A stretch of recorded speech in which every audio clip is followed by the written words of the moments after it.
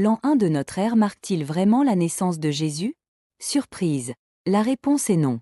Plongeons dans l'histoire pour découvrir quand le Christ serait réellement né. Notre calendrier actuel, basé sur la naissance supposée de Jésus, a été établi au VIe siècle par le moine Dionysius Exigus.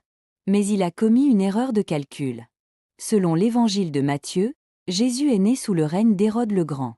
Or, Hérode est mort en 4 avant Jésus-Christ. Jésus serait donc né avant Jésus-Christ. L'évangile de Luc mentionne un recensement ordonné par l'empereur Auguste quand Quirinius était gouverneur de Syrie. Les historiens situent ce recensement vers 6 à 7 après Jésus-Christ. Matthieu parle de l'étoile de Bethléem. Certains astronomes l'associent à une conjonction de Jupiter et Saturne en 7 avant Jésus-Christ, ou à une comète observée par les Chinois en 5 avant Jésus-Christ. Les historiens estiment généralement que Jésus serait né entre 7 et 4 avant Jésus-Christ. Pourquoi cette fourchette? Les sources historiques de l'époque sont rares et parfois contradictoires. Les datations se basent sur des recoupements entre textes bibliques, écrits romains, et découvertes archéologiques.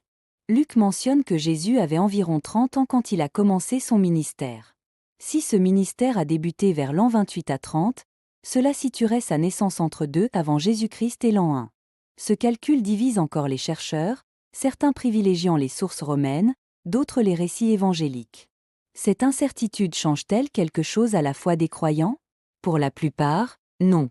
L'importance de Jésus réside dans son message et son impact, pas dans la date précise de sa naissance.